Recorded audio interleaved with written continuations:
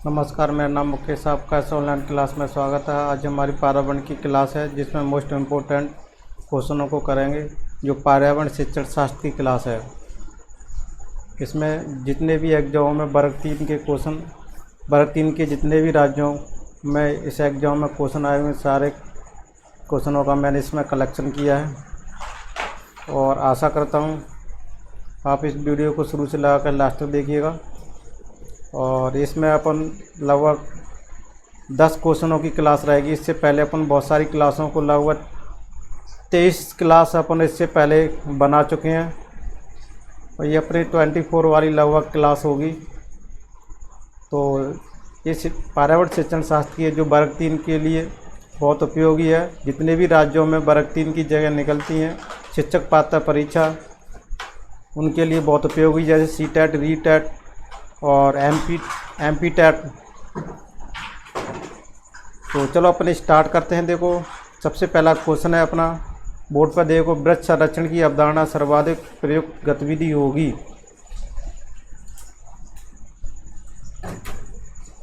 तो वृक्ष संरक्षण की अवधारणा पर सर्वाधिक, देखो, वृक्ष संरक्षण की अवधारणा पर सर्वाधिक प्रयुक्त गतिविधि होगी, कौन सी होगी? वाद विवाद प्रतियोगिता का आयोजन करना होगा, या एक पौधे को अपनाने और पोषण करने के प्रत्येक विद्यार्थी को प्रेरित करना होगा, और पोस्टर प्रतियोगिता में हिस्सा लेने के लिए प्रत्येक विद्यार्थी को प्रेरित करना, समूह चर्चा के लिए प्रत्येक शिक्षार्थियों के समूह बनाना। आप इसको ध्यान से पढ़ो, क्वेश्चन को 10 सेकंड का है आपको, और आप कमेंट्स बॉक्स में ज़रूर लिखिएगा कौन सा आंसर है। अब और मैं साथ में आपको भी बताता रहूँगा। और अपने ये पर्यावरण शिक्षण शास्त्र की ये लगभग 100 के लगभग अपन क्वेश्चन करेंगे। इससे पहले मैं पर्यावरण की क्लास के टेस्ट सीरीज अपने लगभग 125 पार्ट अपने हो चुके हैं, उसको मेरे यूट्यूब चैनल पर देखिएगा। रेड कलर की जो पट्टी चल रही है उसमें यूट्यूब चैनल का मेरा चैनल का नाम दिया हुआ है, ER maths by Mukesh Kumar. आप उसको सब्सक्राइब करना ना भूलिएगा। वहाँ पर जितनी टेस्ट सीरीज़ें, बहुत सारी टेस्ट सीरीज़ें अवेलेबल हैं, वहाँ पर ज़रूर उसको, और मेरे फेसबुक पेज को भी ज़रूर फॉलो और लाइक करना ना भूलिएगा, और उसको शेयर करना ना भूलिएगा। आपके लिए मेहनत से इतनी वीडियो मैं बनाता हूँ, तो आप इसको शेयर करना ज़रूर भूल। और आप उनके खातिर कीजिए जो गरीब लोग हैं, और वीडियो का आप उनकी खातिर शेयर कीजिएगा जो बेचारे गरीब लोग हैं, जिनके पास पैसे नहीं है खर्च, तो उनकी खातिर आप ज़रूर शेयर कीजिएगा, जो इस मेरे फ्री ऑफ कॉस्ट या निःशुल्क क्लास का फ़ायदा उठा सकें।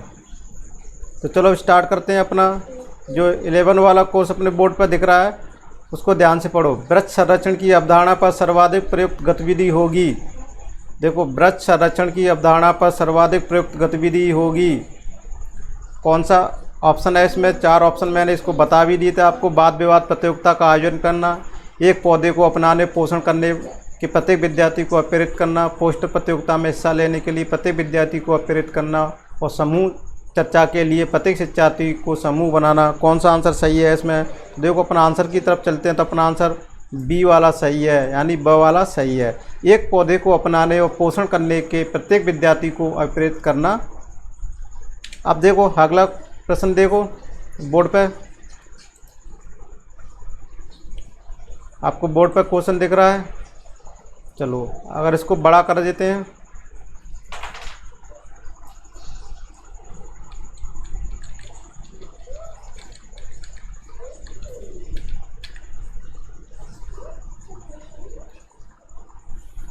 अब देखो क्वेश्चन को देखो। प्रयोग करना आकलन का एक संकेतक या पैरामीटर है। प्रयोग करना आकलन या संकेतक पैरामीटर है। इसके लिए सबसे प्रयुक्त तरीका है, कौन सा तरीका है इसके लिए? चित्र पठन या सृजनात्मक लेखन या निर्देशन प्रदर्शन या हस्तपरक गतिविधि। प्रयोग करना आकलन का एक संकेतक पैरामीटर है। इसके लिए सबसे प्रयुक्त तरीका क्या है? प्रयोग करना आकलन का एक संकेतक पैरामीटर है। इसके लिए सबसे प्रयुक्त तरीका क्या है? क्या चित्र पठन है, या सृजनात्मक लेखन है, या निर्देशन प्रदर्शन है, या हस्तपरक गतिविधि है? आप 10 सेकंड है, आप आंसर दीजिए, कमेंट्स बॉक्स में लिखिएगा।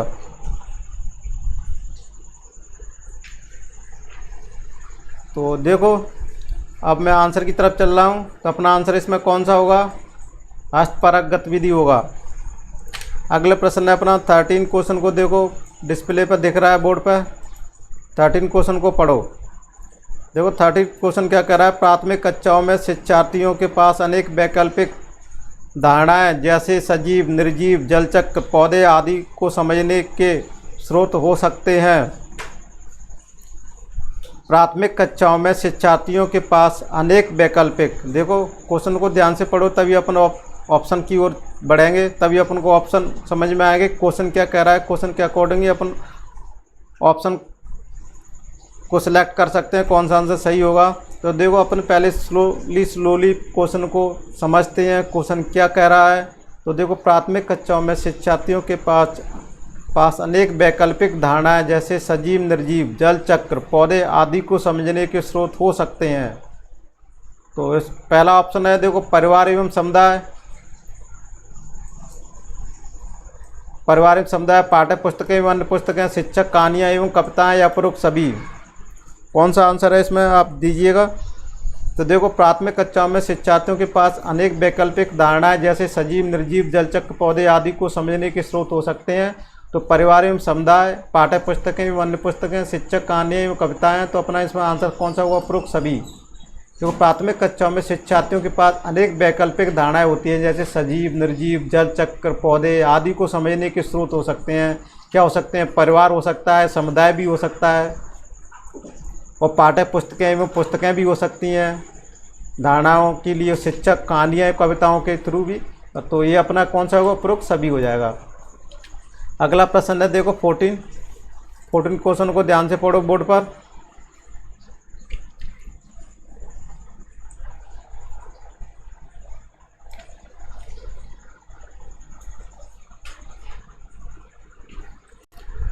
तो पर्यावरण अध्ययन, देखो क्वेश्चन नंबर 14 क्या कहता है? पर्यावरण अध्ययन पाठ्य पुस्तक की विषय वस्तु में परिभाषाओं और व्याख्यानों को दूर रखा जाना चाहिए।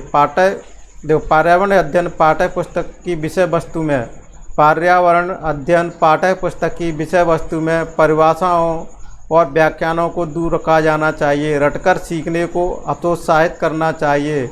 बच्चे को प्रश्न करने और खोजने का मौका मिलना चाहिए। बच्चे को केवल लिखित जानकारी दी जानी चाहिए। दोबारा से मैं क्वेश्चन को पढ़ रहा हूँ, आप बोर्ड पर देखिएगा। बोर्ड पर देखो पर्यावरण अध्ययन पाठ्य पुस्तक की विषय वस्तु में, देखो पर्यावरण अध्ययन पाठ्य पुस्तक की विषय वस्तु में नंबर 1 ऑप्शन परिभाषाओं और व्याख्यानों को दूर रखा जाना चाहिए। क्या ये सही है या गलत है? रटकर सीखने को हतोत्साहित करना चाहिए। तीसरा है बच्चों को प्रश्न करने और खोजने का मौका मिलना चाहिए, ये तो सही है। बच्चों को केवल लिखित जानकारी दी जानी चाहिए, ऐसा भी नहीं है। तो अपना कौन सा आंसर सही होगा? तो देखो बच्चे को केवल लिखित जानकारी दी जानी चाहिए, ऐसा तो नहीं है। तो अपना कौन सा हो जाएगा? चौथा तो कैंसिल है, तो चौथा कैंसिल है, तो पहले वाला तो अपना हो नहीं सकता, इसको क्रॉस कर सकते हैं। अब 2 और 3 को देखो। पर्यावरण अध्ययन पाठ्य पुस्तक में परिभाषाओं व्याख्यानों को दूर रखा जाना चाहिए। रटकर सीखने को हतोत्साहित करना चाहिए। तो इसमें कौन सा आंसर सही होगा अपना? आप आंसर की तरफ चलिए। बच्चों को केवल लिखित जानकारी दी जानी चाहिए।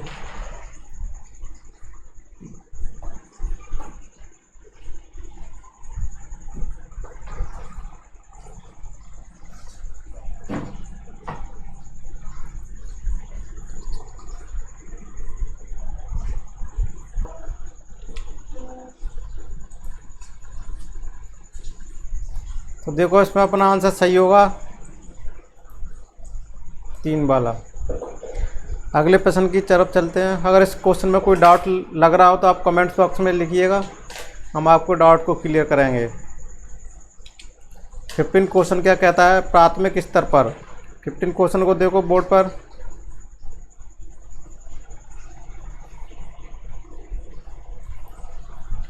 प्राथमिक स्तर पर पर्यावरण अध्ययन के शिक्षण में कहानियों और कविताओं को प्रभावी ढंग से उपयोग किया जा सकता है। पर्यावरण अध्ययन में इनके प्रयोग का मुख्य उद्देश्य है क्वेश्चन को ध्यान से पढ़ो। प्राथमिक स्तर पर पर्यावरण, देखो प्राथमिक स्तर पर पर्यावरण अध्ययन में शिक्षण में कहानियों और कविताओं को प्रभावी ढंग से उपयोग किया जा सकता है। पर्यावरण अध्ययन में इनके उपयोग का मुख्य उद्देश्य क्या है? कक्षा की विविधता की पूर्ति, भाषिक कौशलों को बढ़ावा देना, सीखने के लिए संदर्भगत वातावरण प्रदान करना, पाठों का आनंददायक बनाना। कौन सा ऑप्शन सही है इसमें? तो इसमें अपना आंसर होगा स वाला। अगला प्रश्न है,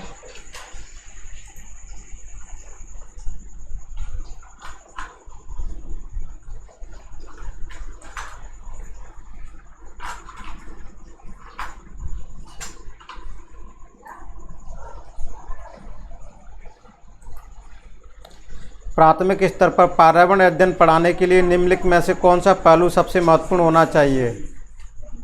प्राथमिक स्तर पर पर्यावरण अध्ययन पढ़ाने के लिए निम्नलिखित में से कौन सा पहलू सबसे महत्वपूर्ण होना चाहिए? क्रियाकलाप संचालित करना तथा कौशलों का विकास करना, सीखने वाले को प्राकृतिक और सामाजिक सांस्कृतिक पर्यावरण को से जोड़ना, आकलन में सफलता प्राप्त करना, विज्ञान की आधारभूत संकल्पनाओं को समझना। कौन सा आंसर इसमें सही होगा? 16 वाले क्वेश्चन को देखो। प्राथमिक स्तर पर पर्यावरण अध्ययन पढ़ाने के लिए निम्नलिखित में से कौन सा पहलू सबसे महत्वपूर्ण होना चाहिए? प्राथमिक स्तर पर पर्यावरण अध्ययन पढ़ाने के लिए निम्नलिखित कौन सा पहलू सबसे अधिक महत्वपूर्ण होना चाहिए? महत्वपूर्ण तो चारों हैं, लेकिन इनमें सबसे अधिक महत्वपूर्ण कौन सा है वो अपना आंसर देखना है। तो देखो, क्रियाकलाप संचालित करना, कौशलों का विकास करना भी होता है, सीखने वाले को प्राकृतिक सामाजिक सांस्कृतिक पर्यावरण से जोड़ना, आकलन में सफलता प्राप्त करना, विज्ञान की आधारभूत संकल्पना को समझना। अपना बा आंसर सही होगा।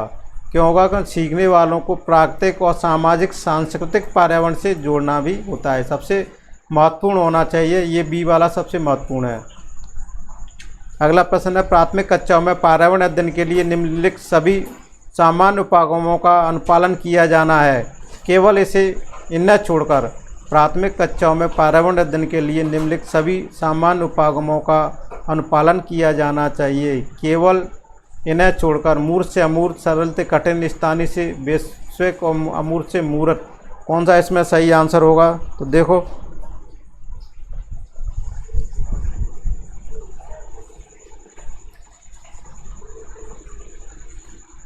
देखो, इसमें केवल इसे इन्हें छोड़कर, मूर्त से अमूर्त को किसे छोड़कर? तो देखो, तो इसमें अपना सही आंसर हो जाएगा केवल 4। क्यों हो जाएगा? कि अमूर्त से मूर्त की ओर सामान्य अनुपालन, देखो सभी सामान्य उपागमों का अनुपालन किया जाना चाहिए, केवल इसने छोड़कर। अमूर्त से मूर्त को छोड़कर सभी उपागमों का करना चाहिए। मूर्त से मूर्त भी, सरल से कठिन भी, स्थानीय से वैश्विक भी करना चाहिए, सिवा अमूर्त से मूर्त की ओर छोड़कर।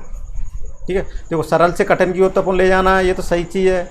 मूर्त से अमूर्त की ओर ले जाना भी सही है। स्थानीय से वैश्विक, पहले अपने स्थानीय लोगों की चीज़ें सीखना चाहिए कि अपने यहाँ कौन कौन से जीव जंतु हैं, कौन कौन से पेड़ पौधे हैं, फिर विश्व में कौन कौन से टाइप के पौधे पाए जाते हैं। तो स्थानीय से लेकर अपन विश्व में कोई चीज़ होती है वो पूछता। मूर्त से जो अपने यहाँ है, अपने यहाँ जो प्रेजेंट है उस चीज़ से सिखा के फिर अमूर्त की ओर ले जाना है, तो ये सिवा इसको छोड़ के। तो अपना आंसर कौन सा हो जाएगा? ये वाला हो जाएगा। अगला प्रश्न है अपना, राष्ट्रीय पाठ्यचर्या NCF 2005 ने कक्षा 1 एवं कक्षा 2 के लिए पर्यावरण अध्ययन के किसी पाठ्यक्रम या पाठ्य पुस्तकों की संतुष्टि नहीं की है। इसके लिए सबसे उपयुक्त कारण है। देखो, राष्ट्रीय पाठ्यचर्या NCF 2005 ने कक्षा 1 एवं कक्षा 2 के लिए पर्यावरण अध्ययन के किसी पाठ्यक्रम या पाठ्य पुस्तकों की संतुष्टि नहीं की है। इसके लिए सबसे प्रयुक्त कारण क्या है? क्या पाठ्यक्रम का भार कम करने के लिए है, या संदर्भ युक्त अधिगम परिवेश प्रदान करना, या पर्यावरण अध्ययन केवल कक्षा 3 से आगे कक्षाओं के लिए है? कक्षा 1 और कक्षा 2 के शिक्षार्थी पढ़ना लिखना नहीं जानते।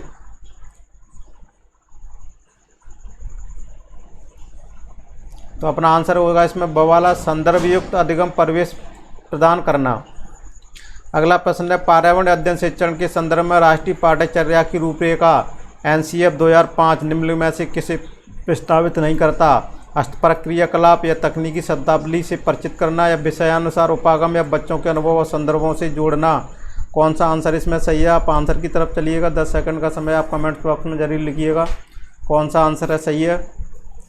तो पर्यावरण अध्ययन शिक्षण के संदर्भ में राष्ट्रीय पाठ्यचर्या की रूपरेखा NCF 2005 निम्न में से किससे प्रस्तावित नहीं करती है?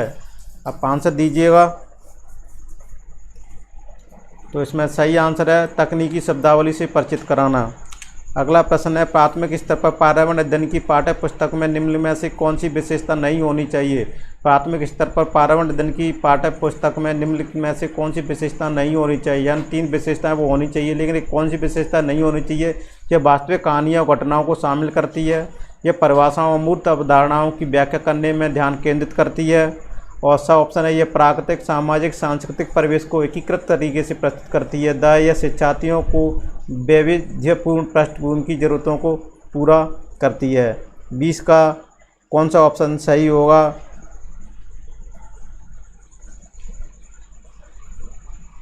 तो देखो अपना इसमें सही होगा बी वाला। यह परिभाषाओं और अमूर्त अवधारणाओं की व्याख्या करने पर ध्यान केंद्रित करती है। तो कौन सी विशेषता नहीं होनी चाहिए? ये परिभाषाओं को अमूर्त अवधारणाओं वाली, या मेन पॉइंट क्या पकड़ लिया अपने, अमूर्त अवधारणाओं की व्याख्या करने में ध्यान केंद्रित करना, ये विशेषता नहीं होनी चाहिए। तो अपने ये इसमें 10 क्वेश्चन हो गए लगभग अपने। इससे आगे की क्लासों के 10 क्वेश्चन की अगली क्लास होगी अपनी। नेक्स्ट क्लास में अपन 10 क्वेश्चन और पढ़ेंगे। तब तक के लिए हम इस क्लास को यहीं स्टॉप करते हैं, और मैं आशा करता हूँ आपने वीडियो शुरू से लगा कर लास्ट तक देखा होगा, और मैं आशा करता हूँ इस वीडियो को ज़्यादा से ज़्यादा शेयर कीजिएगा। अगर आप मेरे फेसबुक पेज पर हैं तो इसको फॉलो लाइक करना ना भूलिएगा। अगर आप मेरे चैनल पर नए हो यूट्यूब चैनल पर तो इसको लाइक सब्सक्राइब करना ना भूलिएगा, और बेल आइकन को जरूर पुश कीजिएगा, जिससे वहाँ पर आने वाली नोटिफिकेशन आपको मिल जाएंगी और कोई भी वीडियो आपसे मिस नहीं होगा। मैं जब भी कोई लाइव क्लास आएगी या वीडियो अपलोड करूँगा तो आपको नोटिफिकेशन के थ्रू पता चल जाएगा। Thank you for watching this video.